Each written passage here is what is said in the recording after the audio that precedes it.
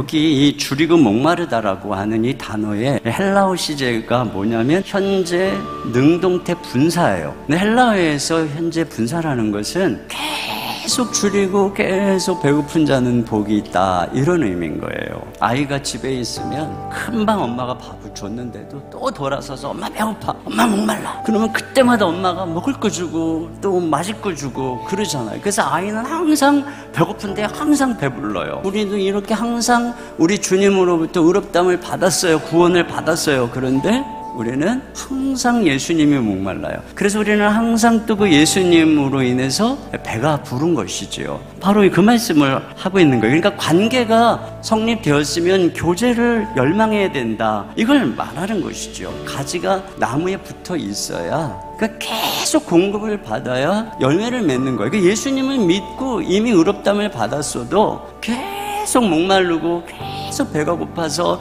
계속 예수님을 먹고 계속 예수님과 교제하고, 그래야 내가 배가 부르고 열매를 맺는 그런 삶을 살아갈 수 있다는 것을 우리에게 암시해주고 있는 것이죠. 그런데 많은 사람들의 문제가 처음에 예수님 믿고 배부르면 다 된 줄 알고 이제는 예수님으로 배고파하지 않는 사람이 너무 많다는 거죠. 더 이상 예수님을 목말라 하지 않는 사람들이 많다는 거예요. 처음에는 나 예수님 없이는 못 살아요 그러면서 그렇게 예수님을 사모하고 눈물을 흘리던 분들이 이제 이렇게 시간이 막 가잖아요. 그러면 난 이제 예수님 없이도 잘 살아, 난 이제 혼자서도 잘해요, 그러면서 전처럼 배고파하고 목말라 하지 않아요. 그리고 마치 이렇게 사는 게 신앙이 상급반, 예수님을 마스터한 상급반인 것처럼 또 이상하게 생각하는 분들도 가끔 있어요.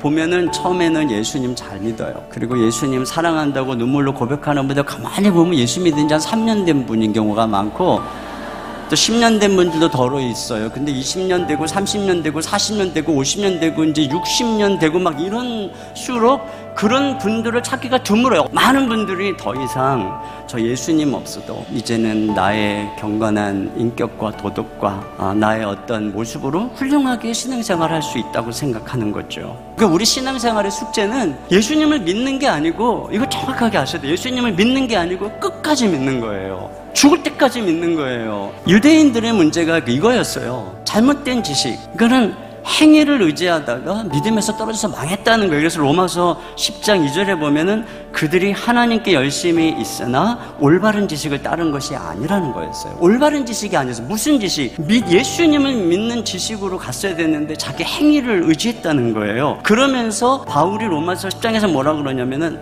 너희도 유대인처럼 끝까지 안 믿으면 망한다는 거예요. 그게 20절부터 이렇게 돼 있어요. 옳도다. 그들은 믿지 아니함으로 꺾이고 너는 믿음으로 섰느니라. 높은 마음을 품지 말고 도리어 두려워하라. 하나님이 원가지들도 아끼지 아니하셨은즉 너도 아끼지 아니하리라. 그런 면에서 이거 아셔야 돼요. 우리를 예수님에게서 떼어놓는 건 죄가 아니에요.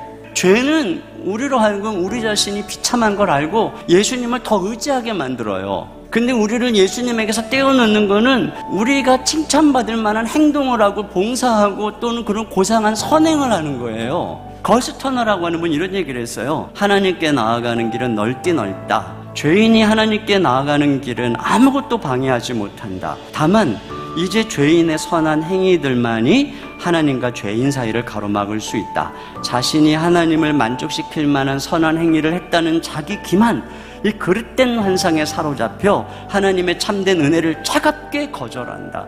바로 이 부분이 오래 예수님을 믿는 사람들이 넘어질 수 있는 큰 장애물인 것입니다.